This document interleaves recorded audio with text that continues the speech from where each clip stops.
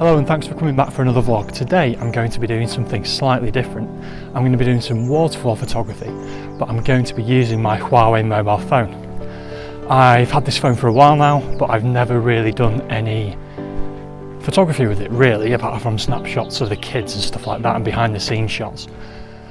But I think the onboard camera and the functionality of the phone will actually allow me to do some decent smartphone photography.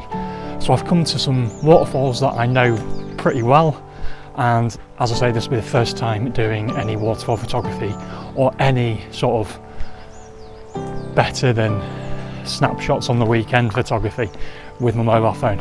So let's head up to the waterfalls now and see what we can do.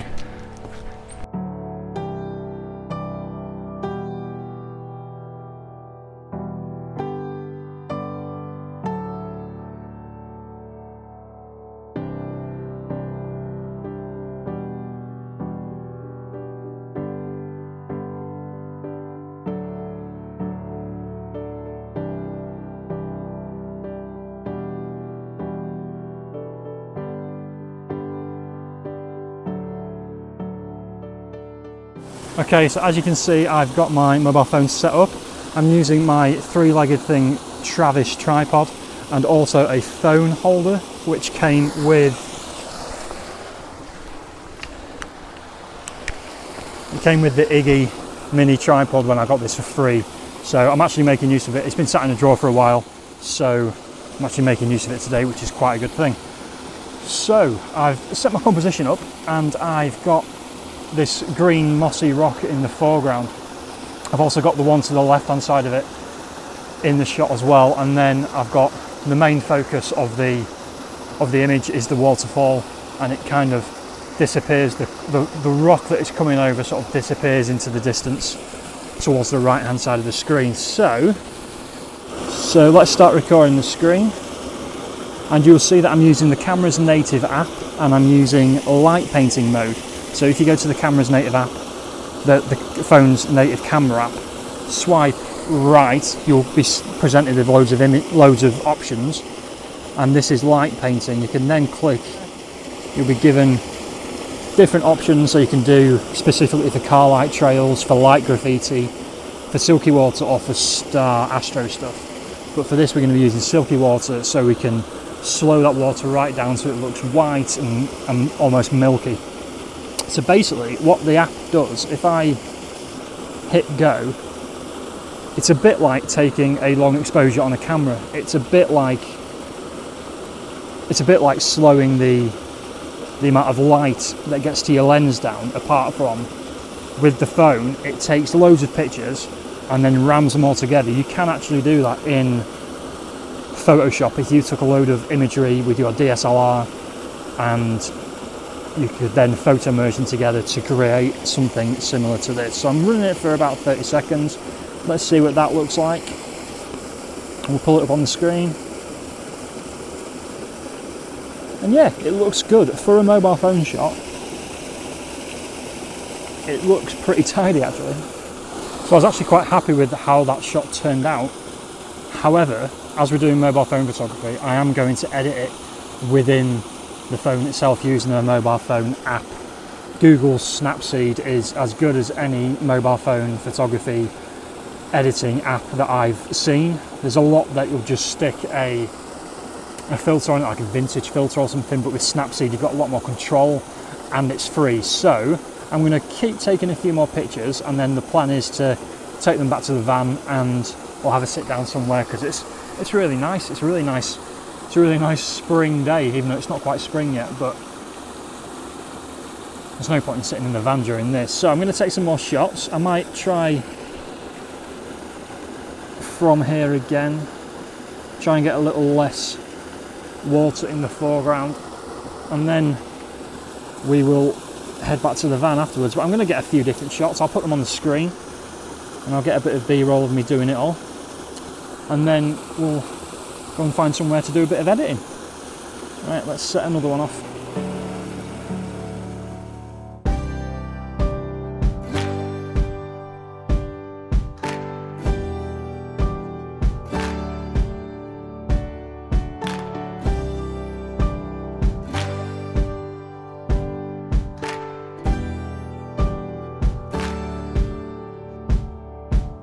Right, so I've taken a variety of shots, and as the sun's coming out a little bit more, I thought I'd stay here and do the little walkthrough on Snapseed, Google Snapseed. So I also want to give a shout out to a chap called John who watches my vlogs. I didn't quite catch his second name because I'm standing next to the waterfall and he was up on the ledge out of this dip. But it's always nice to meet someone who watches your content. So hi John, thanks for shouting out. So right, if we get open Snapseed, and I will once again do the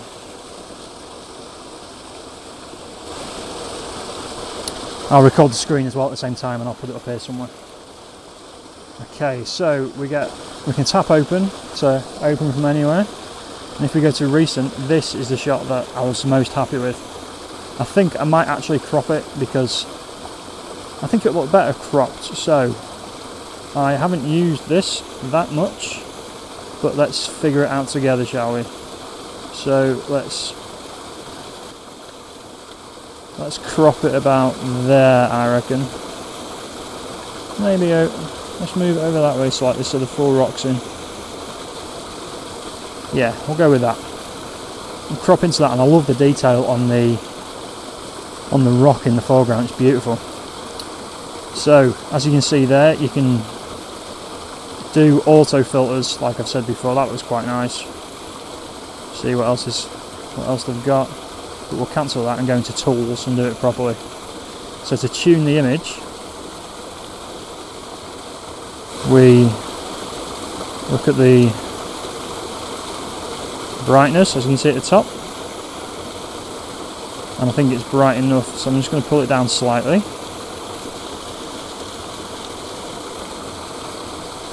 If we go to contrast, I'm going to boost that slightly because I like a bit of contrast in my image, about 33 there.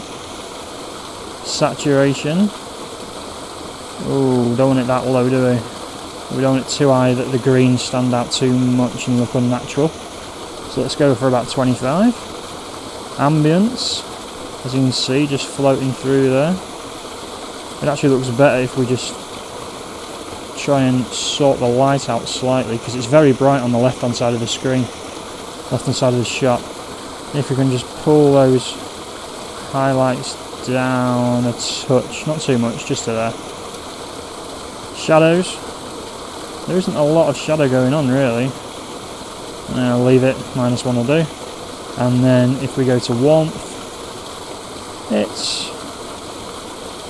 that'll do. It's not too bad as it is. So there we have it, that's the image. I also want to try and,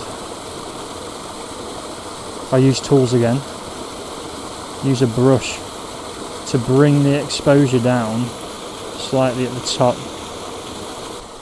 And I think that's about it. There's lots of things that I probably wouldn't use on here. It doesn't really matter either way. You can just go to vintage and just bang a filter on, but as much as that looks lovely, I think that image is good. That looks good to me for a smartphone image. First attempt using Google Snapseed as well.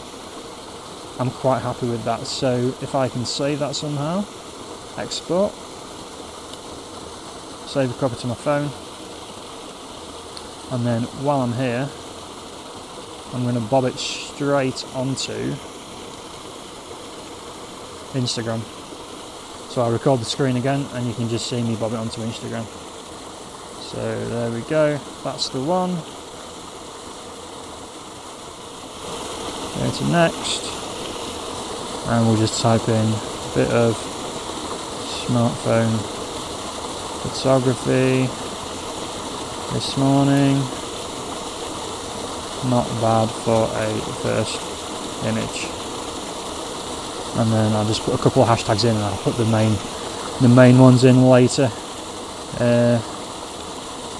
Huawei. I can never pronounce Huawei. Oh, I've got no signal, that's why. So I'll share that in a minute. We'll share it. So hopefully that gives you a little run through on smartphone photography. My first time doing it. I find it so easy to do. I didn't really have to pack a bag, even though I did bring a few bits with me. having a smartphone in your pocket it's convenient, and sort of developing your smartphone photography style and nurturing those skills, I think is a definite plus point, because as I said, most of us have always got a phone in our pockets.